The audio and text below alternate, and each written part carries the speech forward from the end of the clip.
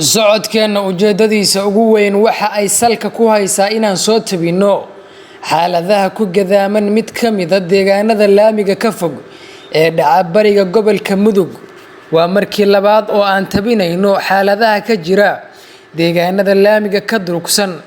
kala hore waxa uu muuqbaahiyaha warbaahinta Warbixin media iyo howlwadeennada samafalayaasha tale iyo tabar wadaag TTW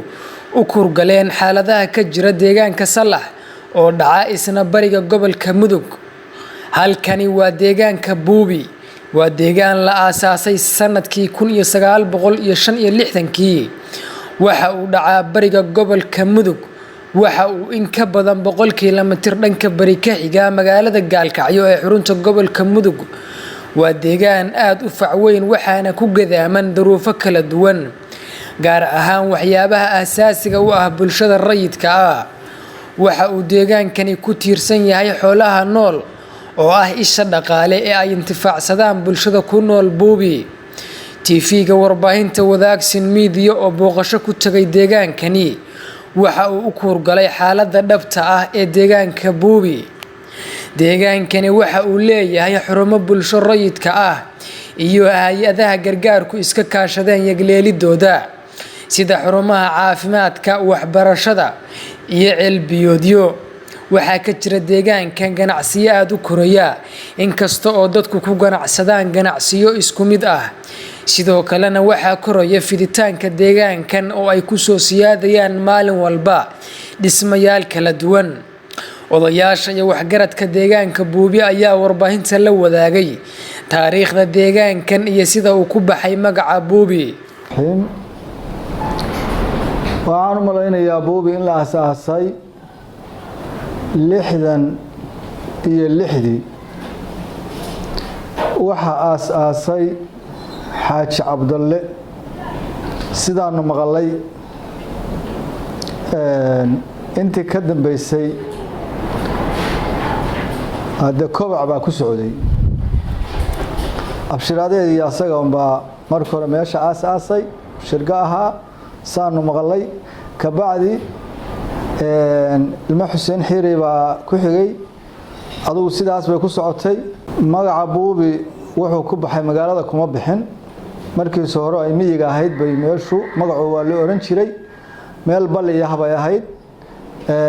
oo tog ah uu ka ballaarto, togu ka ballaarto digdigna u badan. adugu haddii reer miyigi baa magaca baxshay, buubi bayna sidaas ku baxday. kabacdina lagu degay sidaas buu ahaa magacu. ka adeegto taariikhda la aasaasay deegaankan oo ay ka soo wareegtay sanooyin fara badan iyo dib u dhac ka muuqda, waxay dadka deegaanku u sheegeen inay sababeen dib u dhacyadani xaaladaha colaadeed iyo dirirta dagaaladii sokeeye ee dalkani muddooyinkii u dambeeyay la daalaadhacayay, inay saameyn ku yeesheen halkii uu jahaysan lahaa maantay deegaankan buubi. dugsiga hoose dhexe ee buubi oo dayac laxaad leh ka muuqdo waxaa la aasaasay sanadkii 2014 iyadoo bulshada rayidka ay taageero ka helayaan hay-adaha daneeya waxbarashada, waxaana xaadira boqolaal arday ah oo deegaanka buubi ku nool. waa kan maamulaha dugsiga hoose dhexe ee deegaanka buubi oo ka warbixiyay xaaladda waxbarasho ee iskuulkan. dugsiga hoose dhexe ee deegaankan buubi horta iskuulkan markii ugu horeysay waxaa la aasaasay 2014 waxa uu haatan shaqaynayay muddo 6 sano ah. waxaa dhismihiisii ugu horeeyay lahaa oo ka koobnaa 2 qol hay'adda care. ilaa iyo haatan waxa uu ku shaqeeyaa waa 2 qol. waxaan uu hadda waxa weeye ka kooban yahay 8 fasal oo sanadkan soo socda insha Allah hadii Ilaahayna gaarsiiyo. waxaa ka baxay dufcadii ugu horeysay ee fasalka 8aad. dugsigu waxa weeye haatan arday ahaan iyo duruus ahaan aad buu u ballaaran yahay, laakiin sidaad u jeedaanba weli waxa weeye waxa uu taagan yahay 2 qol oo lagu aasaasay. marka waxaad moodaa inuu u baahnaan lahaa ballaarin, hadday tahay waxa weeye dhanka waxa weeye qolalka, hadday tahay xafiis, hadday tahay biyaha, hadday tahay dayr iyo waxyaalahii kale oo dhiman oo iskuul u baahnaan jiray oo kale. xarunta caafimaadka ee deegaanka buubi waa xarun la yagleelay sanadkii 2015 xuruntani oo dib u dhac fara badani ka muuqdo waxay ii sheegeen howlwadeenada caafimaadka deegaanku inay hay-adaha gargaarka iyo wasaaradda caafimaadka dowladda Puntland ay ka heli jireen taageero balse intii muddo ah xuruntani aysan helin taageero ku filan howlwadeenada caafimaadka oo ka warbixinaya waa kuwani iyaguna way magacaygu meeshan waxa la aasaasay xarunta tan muddo waxa 5 sano meelaha aasan tahay 2017 bishii 7 baa la aasaasay waagi hore oo meesha la furay wax xarun ah oo noo dhisin ma aysan jirinin qol loo kala ah baan waxa weeye dawada iyo si mataqaana ku meel gaar ugu bixin jirnay ka bacdi xaruntan yar oo labada qol ka kooban baan loo dhisay hadba waxa weeye marxaladu sibay ahayd inta badneed waxa xaruntan gacanta ku hayn jiray safe children waxa jirta hadda muddo 2 sano oo aan wax aan naga soo gaaray aysan jirinin inta kalena waxa weeye wixii adigu dawada iyo macnaha waxa weeye mushaaraadka waa naga caawin jireen intii 2 sano wixii ka horeeyay ilaa hadda 2 sano ilaa hadda sanadka lagu jiro 6 bilood oo kamid ah ma ahane aysan jirinin meeshaasi meel xiran oo kala bay ahayd wax uga duwan ma lahan wax caawin ah oo kala aan meel kale ka heli jirin ma jirto haba yaraatee deegaankan waa deegaan weyn waa deegaan ballaaran waxa weeye wuxuu ku yaalaa meel service ku yaalaa oo macnaha waxa weeye furin ah oo aysan jirinin wax ma taqaanaayay maanta hadii qof dhaawaca oo kala lagu keeno ama qof dhiig baxay lagu keeno hal dharbaa dhiig joojin kama heli kartid meel aad dhigtay kama heli kartid xabad sariir lagu ma arko waa dareemi kartaan waa meesha yarta qolka u jeedaanin qolkan kala mid yar soo kala kana kale uu leeyahay wax yaala oo qalab haba yaraatay lama arko waxa weeye shaqaalaha joogaahi waa aniga kaliya wax ugu saa'ida ma lahan wax ay caawiyo ma lahan waxa weeye hadii idamka ilaahay leeyahay shaqadaas ila qabta oo waxa weeye aniga kaliya kuma filnaan kara ila qabta ma jiraan hawlaha ugu badan aan qabano waxa ugu kamid ah dawadaas baan dadka siinaa wax yar dawada taalahay waa wax yar oo ma taqaanaayay adu caruurta yar iyo hooyada dhalaanka ba hadda waxyaabaha aan dawada ama daqartuurka ka helada ugu badan umulso dhaqameed mooyaan umulso kale oo tababaran ma lihin meel umul noogu dhasho hadda waxa weeye aan wax ku mulsan ma lihin bisada banaanba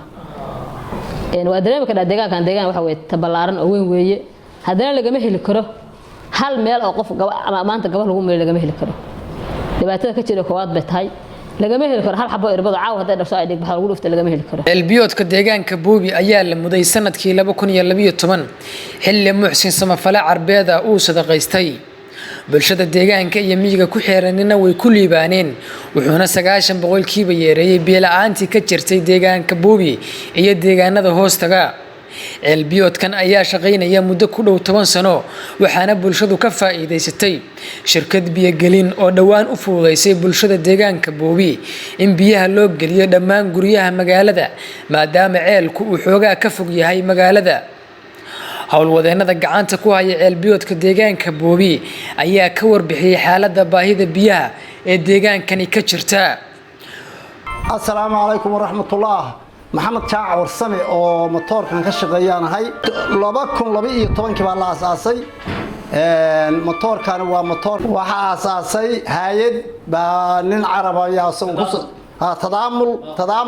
tadaamul baa motorkan aasaasay nin carab oo sadaqaystay baa wuxuu yiri tadaamulay motorka beesha buubi baan ku sadaqaystay hal si loo qodo way qodeen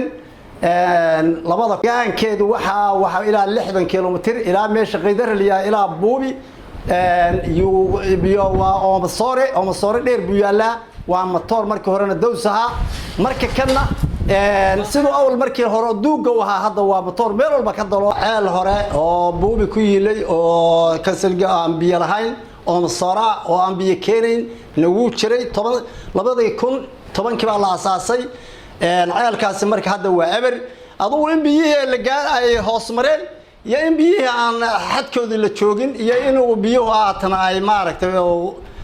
kala waa guran yahay xoolo kama cabaan dadii aan u kuurgalaynay xaaladda iyo xaqiiqada ka jirta deegaanka buubi waxa indhaha iyagu qabteen baalayaasha korontada ee ku teedsan fiyaalaha magaalada kuwaasi oo ay raacaan xargaha qulqulka korontada walow aanan arkin koronto habeenkii shaqeynaysa oo dadka badi waxay isticmaalaan danabka soolarka ee cadceedda ku shaqeeya sidoo kalena deegaankan koraya ma lahan wax adeeg internet ah iyadoo dadka deegaanku isticmaalaan adeega 2G oo xawaarihiisu daciif yahay sida ay sheegeen bulshada deegaanka buubi waxay baahi weyn u qabaan adeega korontada iyo adeegyada internetka oo aysan bixin shirkadaha isgaarsiineed ee deegaankani ku yaala dhanka kalena deegaanka buubi ayaa ku tilaabsanaya horumaro kala duwan sida bilicda magaalada oo ay dadka deegaanku ka shaqeeyaan waxaa jira ururo dhalinyaro oo u taagan ka shaqeynta bilicda